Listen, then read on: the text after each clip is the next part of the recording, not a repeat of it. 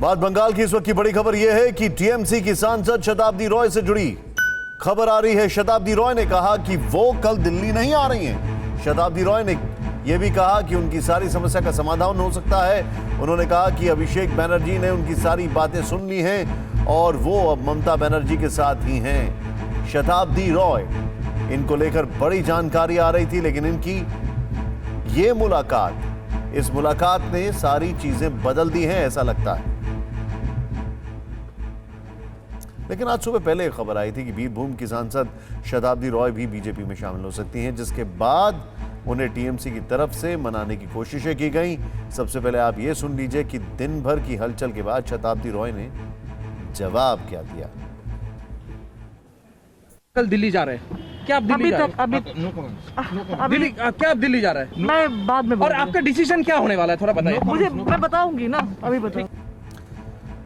राजनीति में अंतिम ऐलान जैसी कोई चीज नहीं होती है। शताब्दी रॉय से जुड़ी खबर विस्तार से आपको बताएंगे, लेकिन इस वक्त की बड़ी खबर यह है कि दिल्ली में गृह मंत्री अमित शाह के आवास पर एक बैठक चल रही है, जिसमें पार्टी के महासचिव और पश्चिम बंगाल प्रभारी कैलाश विजयवर्गीय और पार्टी के पश्चिम बंगाल अध्यक्ष दिलीप घोष समेत दूसरे कई बड़े नेता शामिल हैं। सूत्रों के हवाले से खबर है कि बंगाल के 3 सांसद और 41 विधायक बीजेपी में शामिल होना चाहते हैं। मीटिंग में इसी बात पर चर्चा हो रही है कि आज शाम तक यह खबर थी कि कल शताब्दी रॉय दिल्ली में अमित शाह से मुलाकात कर सकती हैं। शताब्दी रॉय आज से पहले आखिरी बार अपने संसदीय क्षेत्र बीरभूम में ही ममता बनर्जी के साथ दिखाई पड़ी थी। कल उन्होंने फेसबुक पर बताया कि पार्टी में दुखी हैं और शनिवार को कोई बड़ा ऐलान कर सकती हैं। आज सुबह जब हमने खबर दिखाई तो टीएमसी में हलचल हुई और पार्टी के नेता कुणाल घोष को शताब्दी रॉय के पास भेजा गया। लेकिन जैसा कि हमने आपको पहले ही बताया, राजनीति में तस्वीर साफ न होते हुए भी संभावनाओं को आधार बनाया जाता है। अमित शाह ने करीब महीने भर पहले जिस सुनामी की चेतावनी दी थी, वो सुनामी से कम भी नहीं है, क्योंकि एक के बाद एक टीएमसी के नेता बागी हुए जा रहे हैं। इस लिस्ट में अब पश्चिम बंगाल के बीरभूम से सांसद शताब्दी रॉय भी शामिल हो गई हैं।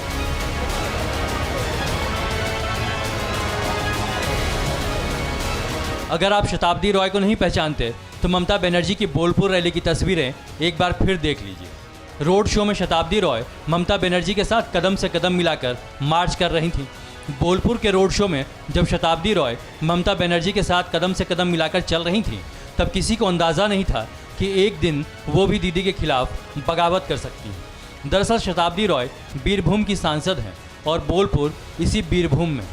उस दिन एक सांसद के नाते राजनीतिक प्रोटोकॉल निभाते हुए शताब्दी रॉय ममता बनर्जी के साथ कदमताल कर रही थी। जाहिर है शताब्दी रॉय अभी भी खुलकर नहीं कह रही हैं कि वो दीदी को छोड़कर बीजेपी के साथ कदम मिला सकती हैं। शताब्दी रॉय फैन क्लब नाम के फेसबुक अकाउंट से शेयर किए गए एक पोस्ट में उनकी तरफ से लिखा गया, बहुत से लोग पूछते हैं कि मैं बीरभूम में पार्टी के कार्यक्रमों से गायब क्यों रहती हूँ। मैं इन कार्यक्रमों का हिस्सा कैसे बनूं, जब मुझे इनके शेड्यूल को लेकर कोई जानकारी ही नहीं होती। मुझे लगता है कुछ लोग नहीं चाहते कि मैं इन कार्यक्रमों में शामिल रहूं। मैं इससे काफी दुखी हूं।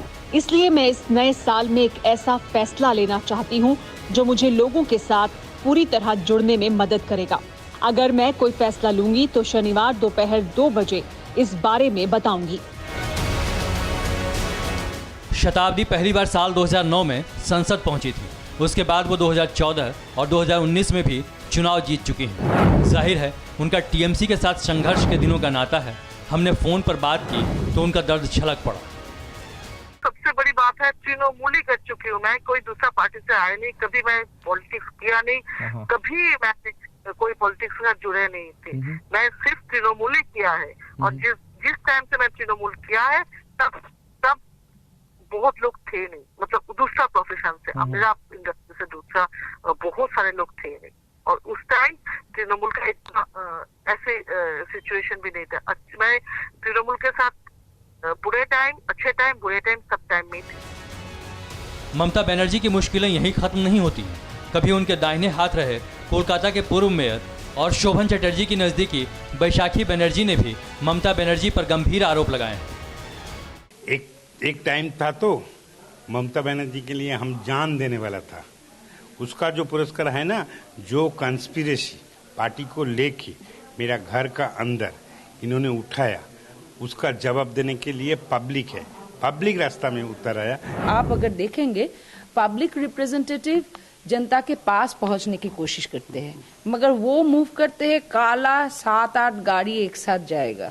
उनका एक जो हम लोग कहते हैं ना कि डिस्प्ले ऑफ पावर, हाँ, और उससे एक दहशत पैदा होता है कि लोगों के मन से ममता बनर्जी हुई थी पब्लिक से जोड़ के, और वो तोड़ने के वो रिश्ता पब्लिक से तोड़ दिया है।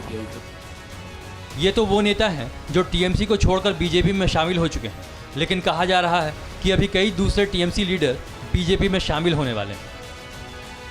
टीएमसी जो पार्टी है, ऐसा कोई विचारधारा नहीं है, कोई डिसिप्लिन नहीं है, और एक ही नेता है, उनकी इच्छा पर चलता है। एक पार्टी है, एक से एक नेता सत्ता में होते हुए party, MLA, MP, minister party छोड़ रहे हैं। पार्टी का अंतर लोकतंत्र नहीं है, और इसीलिए लोग वहां से निकलना चाहते हैं। जो भी हो, अगर टीएमसी के नेता बड़ी संख्या में बीजेपी में शामिल होने लगेंगे तो बीजेपी के कार्यकर्ताओं के लिए भी उन्हें स्वीकार करना आसान नहीं होगा, खास तौर पर तब जबकि ये चुनाव का समय है। अड़ी सोमवार से शुक्रवार शाम 6 बजे सिर्फ TV9 भारतवर्ष पर।